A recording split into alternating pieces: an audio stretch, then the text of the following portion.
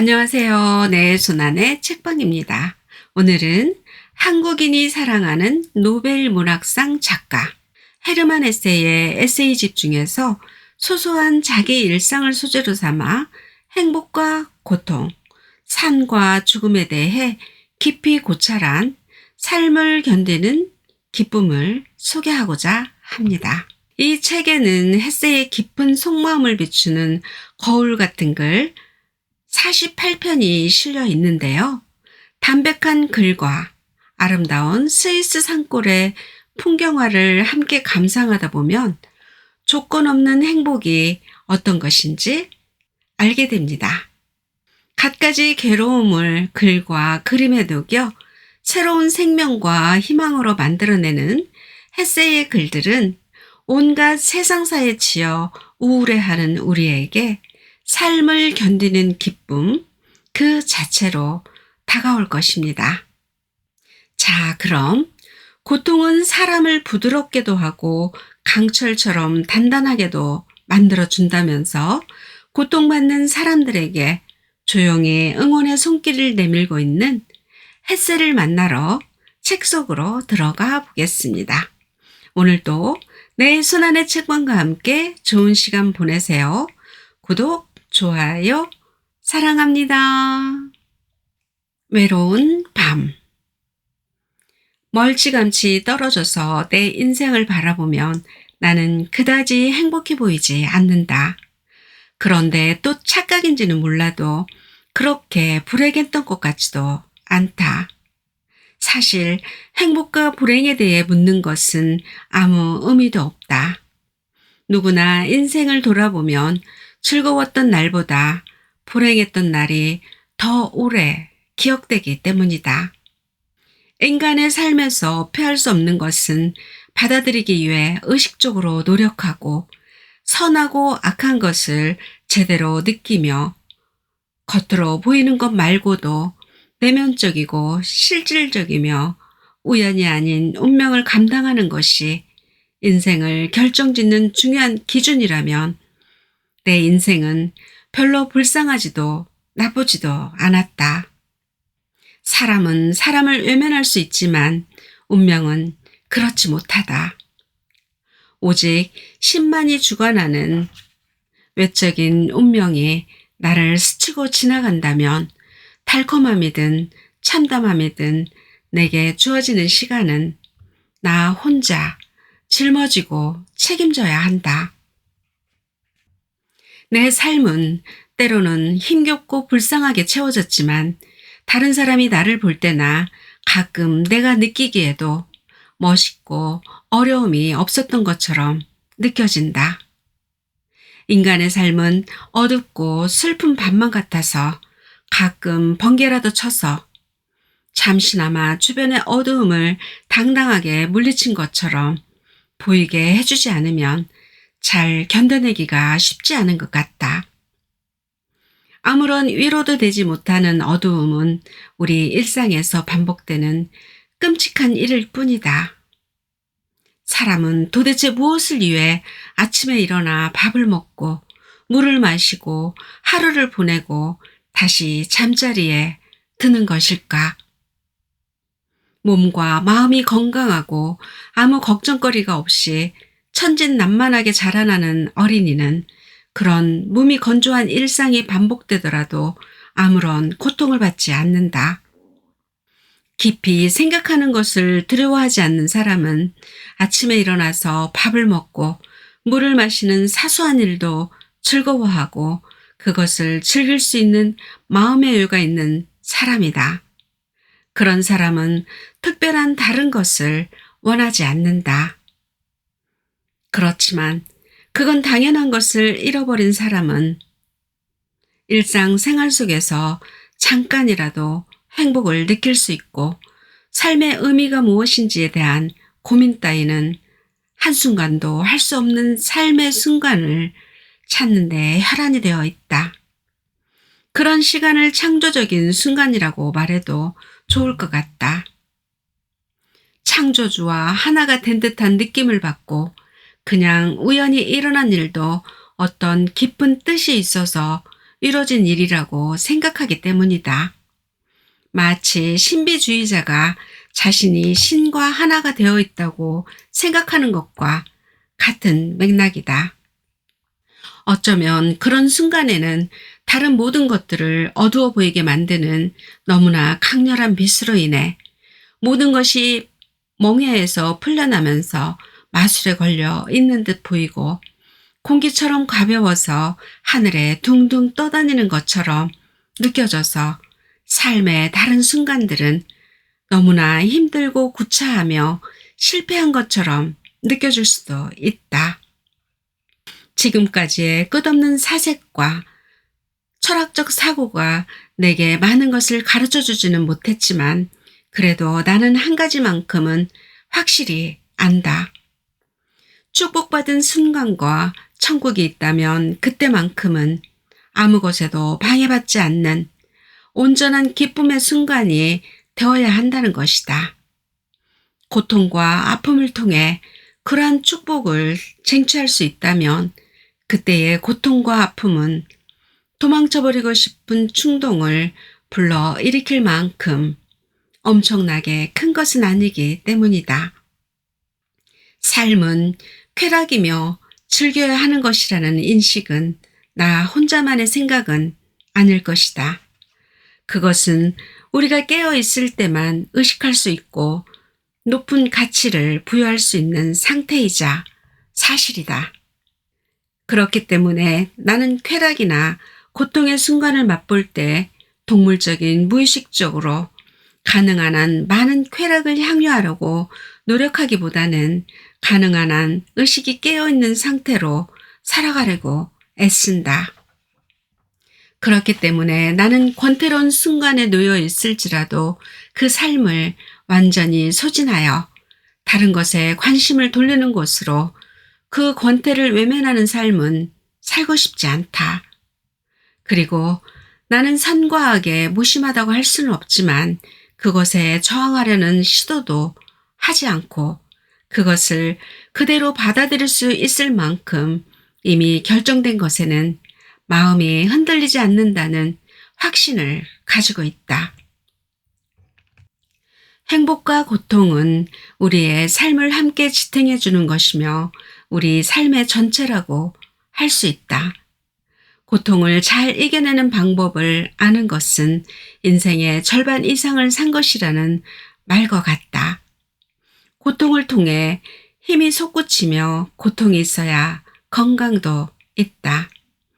가벼운 감기로 인해 어느 날 갑자기 푹 쓰러지는 사람은 언제나 건강하기만 한 사람들이며 고통받는 것을 배우지 못한 사람들이다.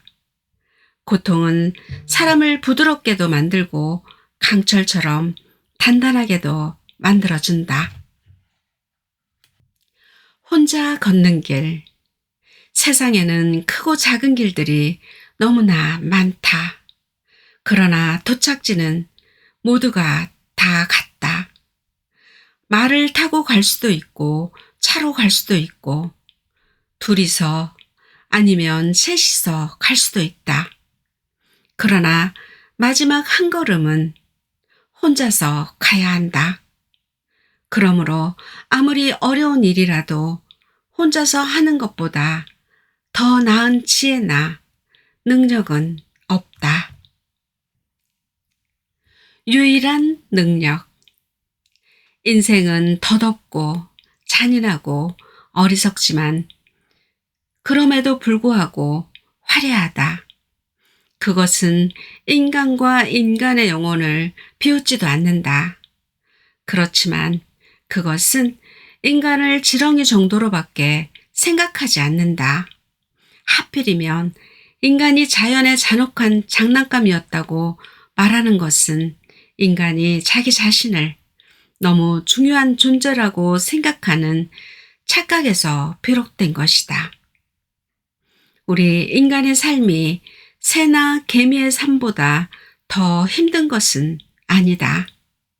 오히려 우리가 더 편하고 수월하게 살아간다는 것을 알아야 한다. 삶의 잔혹함과 죽음을 회피할 수 없음을 불평불만하지 말고 그런 절망감을 몸으로 느끼면서 받아들여야 한다. 자연의 무시무시함과 무질서함을 자기 마음속에 받아들일 수 있어야 비로소 그런 거친 자연의 모습에 맞설 수 있고 그곳에서 의미를 찾으려고 애써 노력할 수 있다. 그것이 인간이 할 수 있는 능력 가운데 제일 뛰어난 것이며 그것이 인간이 할 수 있는 유일한 일이다. 그것 말고 다른 것들은 동물들이 더 잘한다. 한편의 일기.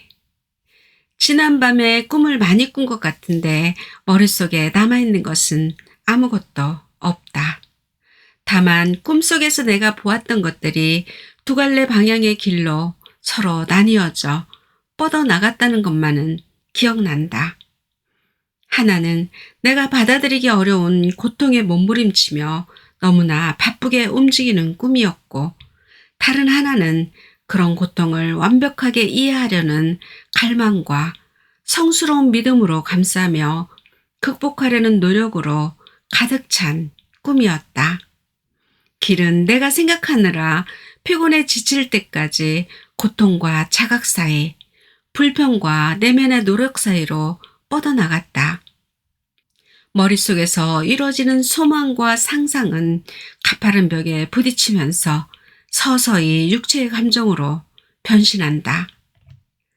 지나칠 정도로 섬세한 표현, 그리고 슬픔과 고통과 무기력함에 대한 세심한 묘사가 그림이나 글에 고스란히 담겨 있고 그와 동시에 내 영혼은 정신적으로 더 많은 에너지를 쏟으며 동요한다. 하지만 이 단계에서 내쉬는 한숨은 다음 단계로 용감하게 한 발 나설 수 있도록 도와주는 용기가 된다. 그렇게 지금 느끼는 괴로운 감정은 다른 단계에서 느끼는 여러 고민과 충동적 감정 그리고 조급한 마음으로부터 해답을 찾을 수 있도록 도와주는 역할을 하는 것이다.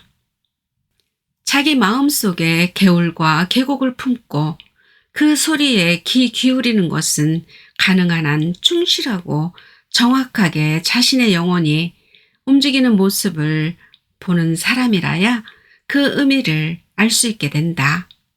그것은 말을 통해 도달할 수 있는 곳보다 훨씬 더 멀고 깊은 곳에 있다. 그 경험과 느낌을 글로 표현하려고 시도하는 사람은 지극히 개인적이며 섬세하고 까다로운 감정을 잠시 배웠던 외국어로 표현하려 했을 때 느꼈던 막막함을 다시 한번 느끼게 될 것이다. 내가 경험한 것은 이런 것이었다. 힘든 고통을 겪었을 때 한편으로는 고통을 이기기 위해 의식적으로 노력하기도 하다가 다른 한편으로는 운명에 충실히 따르려는 마음을 갖기도 했었다. 첫 번째 목소리는 내 의식세계를 판단했으며 두 번째 목소리는 마음속에서 들려오는 소리를 더 조용하고 깊이 있게 긴 여운을 남기면서 다른 상황을 이야기했다.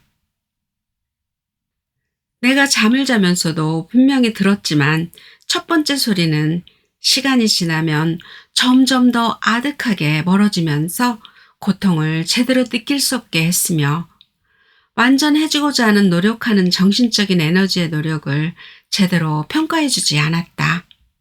옳거나 혹은 그렇지 않은 모든 것을 나누어줄 뿐이다. 하지만 두 번째 목소리는 고통의 달콤함을 노래했으며 그것의 필수 불가결함을 이야기했다. 그것은 고통을 극복하고 없애려는 것이 아니라 오히려 그 아픔이 영혼에 더 깊이 각인되기를 원한다. 첫 번째 목소리가 하는 이야기는 대충 이 정도로 설명할 수 있다. 고통은 고통 그 자체로 머물면서 절대 우리를 떠나지 않는다. 그런데 그것은 아픔과 괴로움을 주지만 극복할 힘도 준다. 그렇게 얻은 힘은 고통을 보살피고 아픔을 연습하며 새로운 힘을 얻는다. 그 과정이 어렵고 괴롭다 하여 영원히 고통에 빠져 있고자 한다면 정말 어리석은 바보다. 그러나 두 번째 목소리는 이렇게 말한다. 내가 두려운 마음을 가지고 있는 것을 보는 것이 나는 고통스럽다. 고통은 내가 막아내려고만 하기 때문에 아픔을 주고 내가 그것으로부터 도망치려고만 하기 때문에 너를 쫓아가는 것이다. 그러니 도망치지 말고 변명하지 말며 무서워하지 말아야 한다. 오히려 그것을 사랑하라. 너는 내 스스로 모든 문제를 해결할 수 있으며 내 마음속에 구원과 행복이라는 마법 같은 단 하나의 힘이 존재하고 있으며 그것의 이름이 바로 사랑이라는 것도 알고 있다. 그러니 고통을 사랑하라. 거부하지 말고 도망가지 마라. 마지못해 억지로 받아들이지 말며 그것의 은밀한 내면에 있는 달콤함을 맛보아라.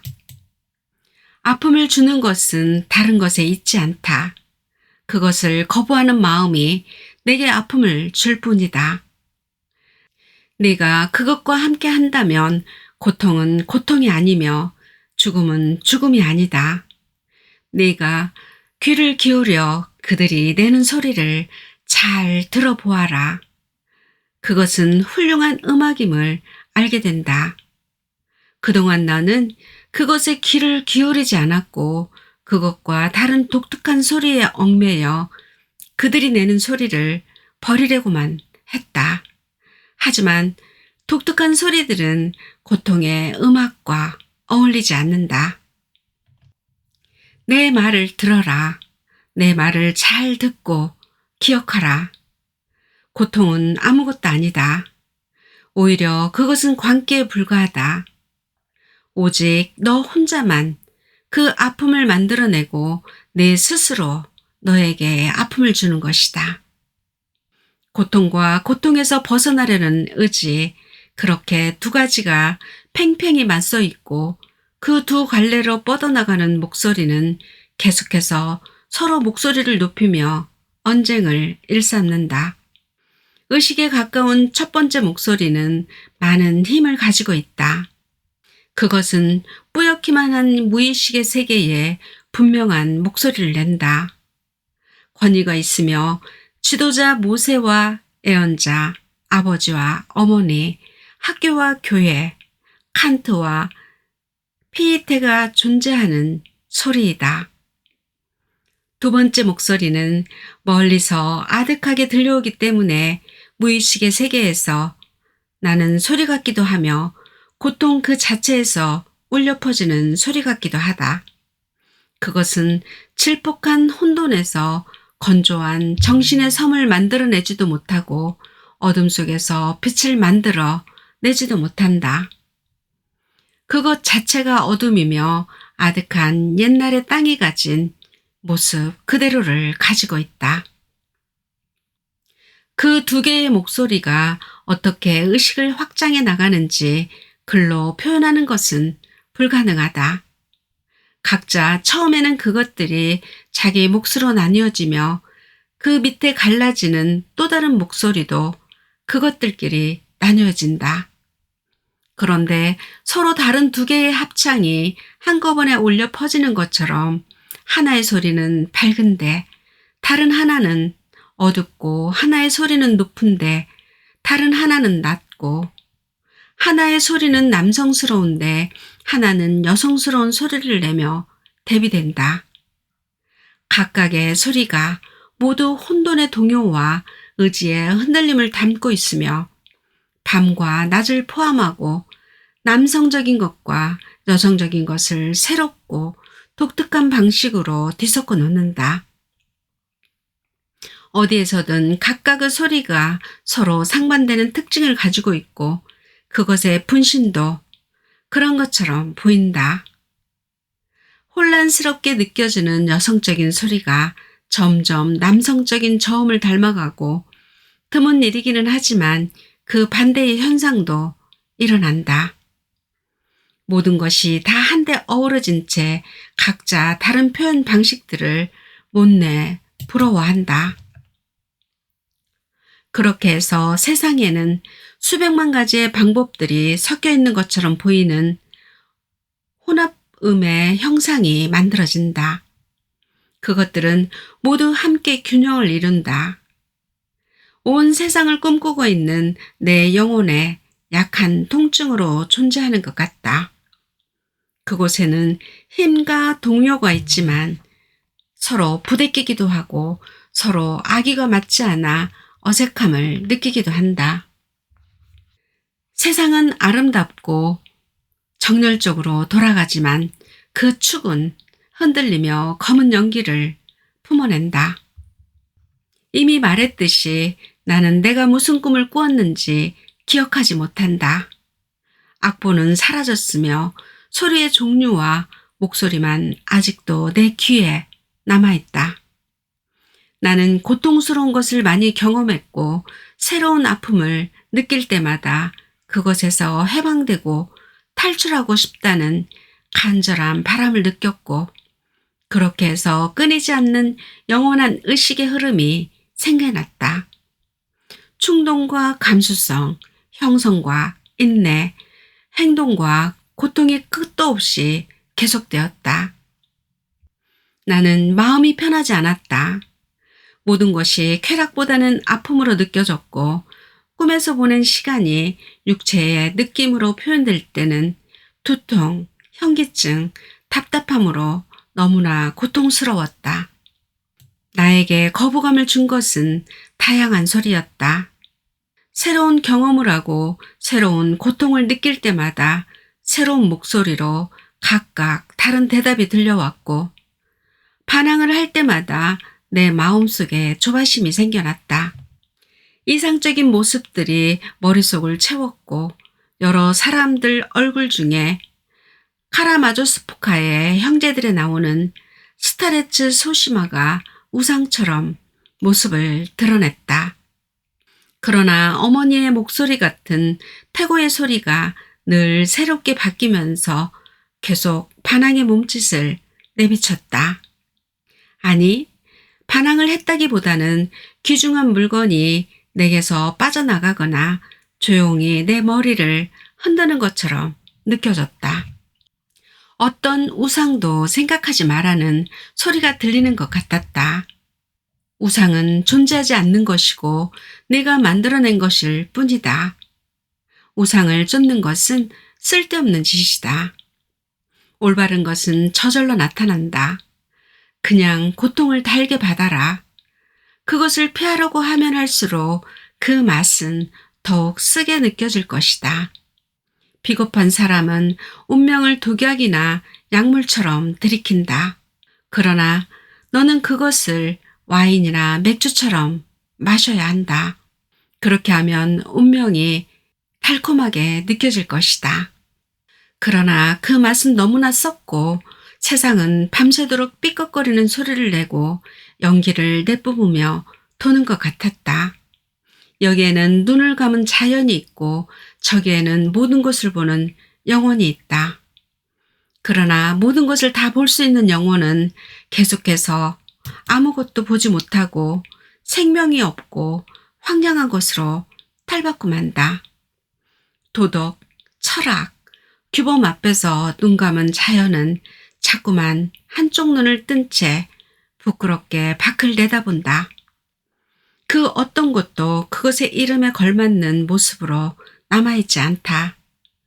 그 어떤 이름도 사물에 어울리지 않는다. 모든 것이 이름일 뿐이고 그냥 사물일 뿐이었으며 모든 것 뒤에 생명의 성스러움과 비밀이 계속 새롭게, 더 멀게, 더 두려운 반사경 속으로 사라져갔다. 그래서 나는 축이 존재하는 한 연기를 내뿜고 계속 돌아가는 내 세계를 좋아한다. 잠에서 깨어났을 때 밤은 거의 지나갔다. 나는 시계를 보았다. 잠은 깼지만 눈을 조금만 뜬 채로 처마 끝과 의자와 내 옷가지 위에 어렴풋하게 비치는 아침 여명을 보았다. 소매가 약간 뒤틀린 옷이 공상의 나래를 펼치게 만들었다. 아침 여명보다 더 흥분되고 설레게 하는 것은 이 세상에 아무것도 없다. 어둠 속에 살짝 모습을 드러낸 흰색, 회색과 검은색 바탕 위에 생기는 균열, 그것이 지금 내가 보는 풍경이다. 그러나 나는 축 늘어진 흰색 얼룩이 무의처럼 춤추는 모습, 뿌옇게 일어난 은하수, 눈에 덮인 산꼭대기의 모습 등을 애써 상상하려고 하지 않았다. 나는 자리에 그대로 누워 꿈을 되새겼다. 내 의식은 내가 지금 깨어 있으며 아침이 밝아왔다는 것, 두통이 있다는 것과 다시 한번 잠에 들었으면 좋겠다는 바람을 가지고 있다는 것만 확인해 주었다. 빗방울이 지붕과 창가에 후두둑 떨어졌다. 슬픔과 통증과 냉정한 마음이 내 몸 안에 조금씩 되살아나고 나는 간절한 마음으로 눈을 감고 꿈길과 잠속으로 기어들어갔다. 그러나 끝내 잠은 다시 오지 않았다. 나는 피곤함이나 아픔도 느끼지 못한 채 비몽사몽간의 어쩡쩡한 상태로 있었다. 그러자 꿈을 꾸는 것 같기도 하고 꾸지 않는 것 같기도 하고 생각을 하는 것 같기도 하고 하지 않는 것 같기도 하면서 헛것이 보이는 것 같고 무의식 세계에 언뜻 비친 빗줄기를 본 것 같은 착각마저 들었다. 약간 잠이 덜 깬 채 나는 갑자기 성인이 된 것 같은 느낌을 받았다. 내가 그의 사고로 생각하고 그의 감정으로 느꼈다. 마치 그가 내게서 떨어져 나간 분신처럼 느껴졌다. 내게서 떨어져 나가기는 했지만 나는 그의 속을 훤히 꿰뚫어 볼 수 있었다. 마치 그를 보고 그의 목소리를 듣고 그의 생각을 읽고 있는 것 같았다. 내가 그에게 이야기하는 것 같기도 하고 동시에 그가 내게 자기의 이야기를 들려주는 것 같기도 했다. 혹은 내가 나 자신이라고 느끼는 모습으로 그가 나보다 앞서 살아가는 것 같다는 생각도 들었다. 내가 성인이든 아니든 그것은 별로 중요하지 않다. 그는 큰 고통을 받고 있었다. 그러나 나는 그가 나와 상관이 없는 사람인 것처럼 그것을 묘사할 수는 없다. 내 자신이 그것을 경험했고 느꼈기 때문이다. 나는 내 자식이 이미 죽었거나 혹은 내 눈앞에서 죽어가고 있는 모습을 보는 것처럼 그가 사랑스러운 무언가를 잃은 고통에 힘겨워하는 것을 분명히 느낄 수 있었다.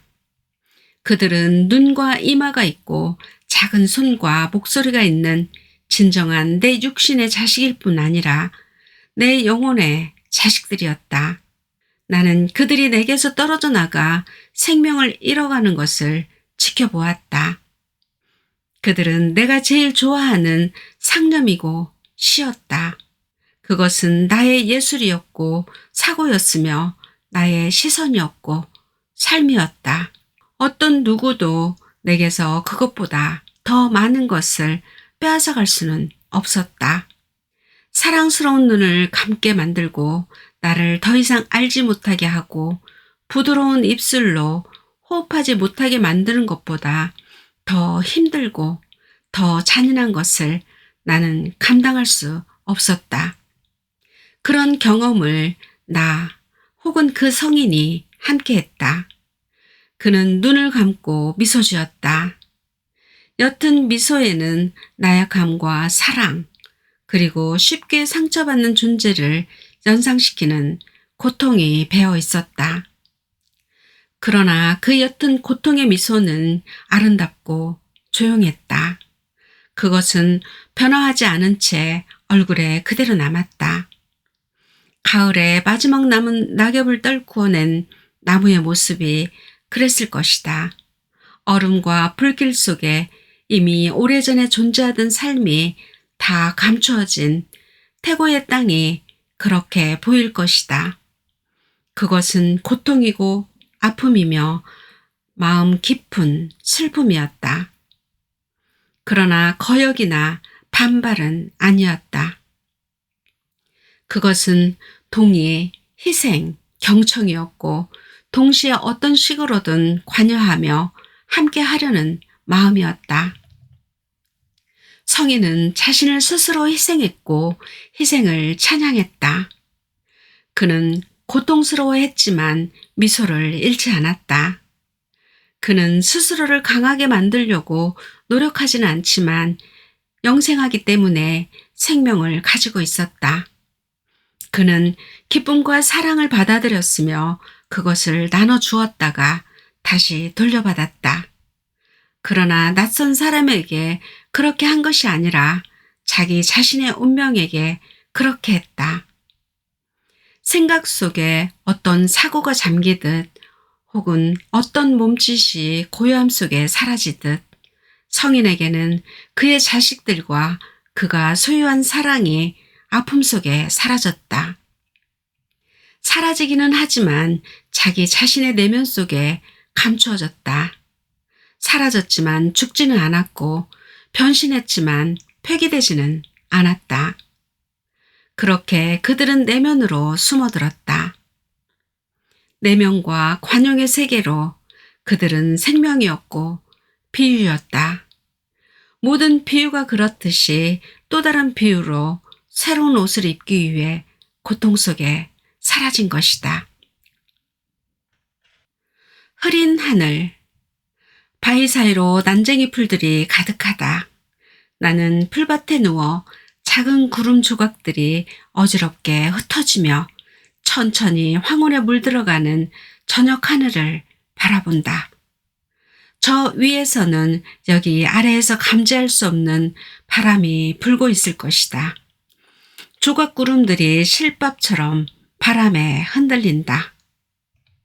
물이 하늘로 올라갔다가 다시 또 비가 되어 내리는 것과 마찬가지로 계절이 때에 따라 변하고 밀물과 썰물이 교차하는 것에도 일정한 리듬이 있는 것처럼 우리 마음속에 있는 것들도 내면에 정해진 박자에 따라 움직인다. 플리스라는 교수는 인생 경로의 주기적인 귀환을 표현하기 위하여 수학적인 수녀를 계산해냈다. 그런 계산법으로 인생을 알 수 있다는 것은 마치 중세에 일어난 유태의 신비설을 담은 문서 카발라처럼 보이기도 하지만 사실은 카발라가 더 과학적일지도 모른다. 많은 독일 교수들이 그것을 미신 취급하며 비웃는 것으로 보아 그럴 가능성은 충분히 있다. 내가 두려워하는 내 삶의 어두운 물결도 일정한 규칙을 가지고 나를 찾아온다. 날짜나 숫자는 중요하지 않다. 내가 매일 빠짐없이 일기를 쓰는 것도 아니다. 인생의 주기적인 순환과 관련 있는 숫자가 23인지 아니면 27인지 혹은 전혀 다른 숫자인지 궁금하지도 않고 알고 싶지도 않다. 다만 내가 아는 것은 내 머릿속에 가끔 아무런 이유 없이 어두운 그림자가 드리워진다는 것이다. 그것은 구름이 그늘을 만들어 세상을 가리는 것처럼 나의 세상을 가려버린다. 기쁨은 가식으로 느껴지고 음악은 맥없이 풀어지는 것처럼 들린다. 무거운 마음을 짓누르고 사느니 차라리 죽고 싶은 생각이 들 때도 많다. 마치 무슨 발작이라도 하듯 그런 우울한 기분이 수시로 찾아온다. 나는 그것이 얼마간의 간격을 두고 찾아와 내 머리 위의 하늘을 구름으로 뒤덮는 것인지 알지 못한다. 그것은 마음속의 불안으로부터 시작된다. 문득 두려움이 엄습하고 밤에 나쁜 꿈을 꾸기도 한다. 소리가 이상하게 들리고 평소에 내가 좋아하던 사람, 집, 색깔이 잘못된 것처럼 느껴지기도 한다. 음악은 머리를 아프게 한다. 편지도 왠지 기분을 우울하게 만들고 그 안에 뭔가 흉계가 숨어 있을 것처럼 느껴지기도 한다. 그런 때 다른 사람과 이야기를 나누어야 하는 일이면 그것은 고통이고 결국 좋지 않은 문제를 일으키고 만다. 사람들은 인생의 어두운 그림자가 드리워질 때에는 자신이 총을 가지고 있지 않음을 후회한다. 분노, 고통, 그리고 불만이 최고조에 다다라 모든 것에 대적하려고만 한다. 인간, 동물, 험악한 날씨, 신, 그리고 누군가 읽고 있는 책, 그리고 입고 있는 옷에게까지 거부감을 나타내며 맞서려고 한다. 그러나 그런 분노, 불안, 불만과 증오는 대상에 해소되지 않으며 그런 모든 사물에 가서 꽂히지 않은 채 내게로 다시 돌아온다. 증오의 대상이 바로 내가 되는 것이다. 불협화음과 증오심을 세상에 꺼내온 자가 바로 나이기 때문이다. 나는 오늘 그런 하루를 경험한 후 시간을 보내고 있다. 이제는 편안한 휴식이 찾아올 것이다. 나는 세상이 무척 아름답다는 것, 다른 어떤 사람의 눈에 비치는 것보다 내게 훨씬 더 아름답게 보이고 색깔이 더욱 달콤하게 느껴지고 공기가 더욱 은혜롭게 흐르고 햇빛이 더욱 부드럽게 비친다는 것을 안다. 그리고 나는 내 삶이 도저히 감내할 수 없을 정도로 어렵게 느껴졌던 그 나날들로 지금 이 시간을 누릴 수 있는 값을 치렀다는 것도 안다. 마음이 무거울 때 쓸 수 있는 좋은 방법이 있다. 노래를 부르고 경건하게 행동하고 술을 마시고 음악을 연주하고 시를 짓고 산책을 나가는 거다. 그런 것들을 이용해 나는 은둔자가 경전을 읽으며 시간을 보내는 것처럼 살아가고 있다. 나는 가끔 생각한다. 저울이 균형을 잃어서 나쁜 시간을 감당해내기에는 좋은 시간은 너무 조금 있으며 너무 드물게 찾아온다고 말이다.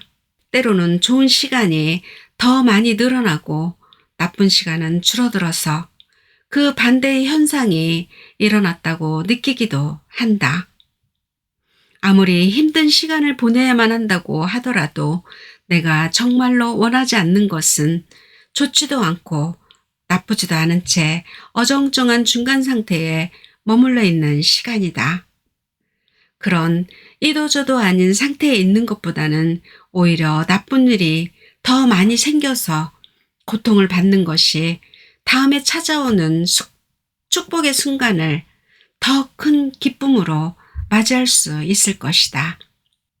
무거웠던 마음이 서서히 사라지고 삶은 다시 경쾌해졌고 하늘은 아름다워졌으며 산책길은 의미심장한 길이 된다.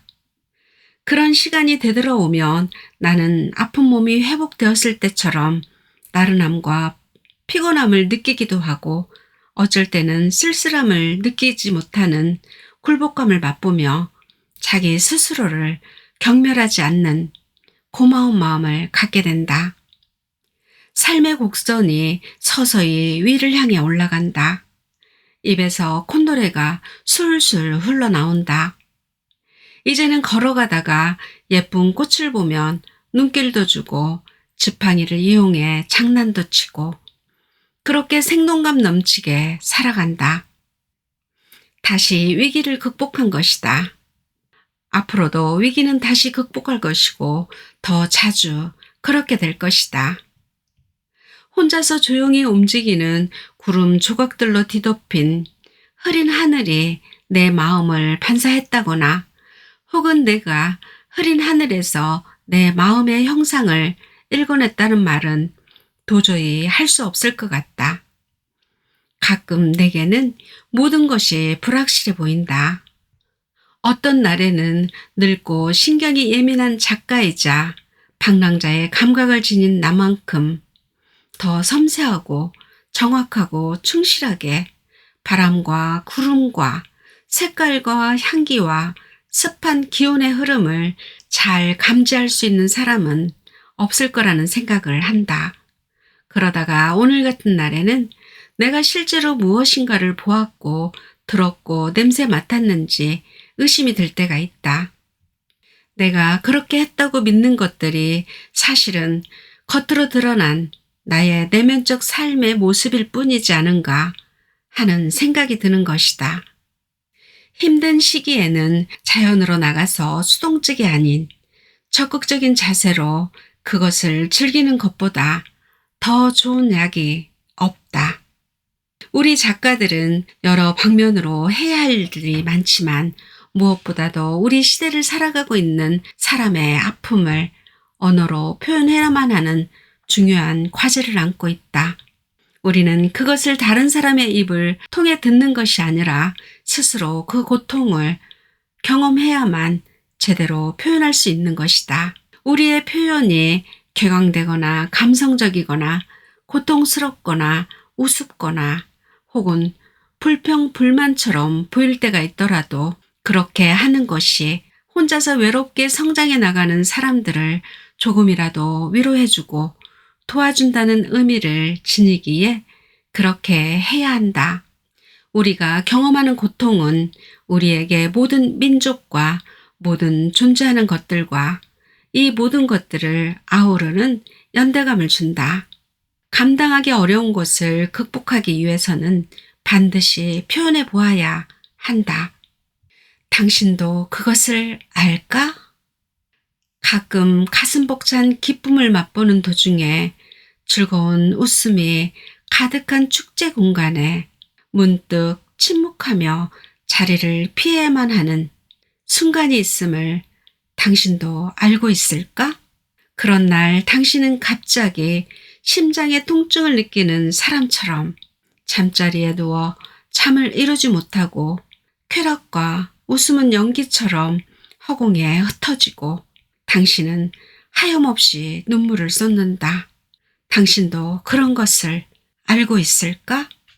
힘든 시절에 벗에게 보내는 편지.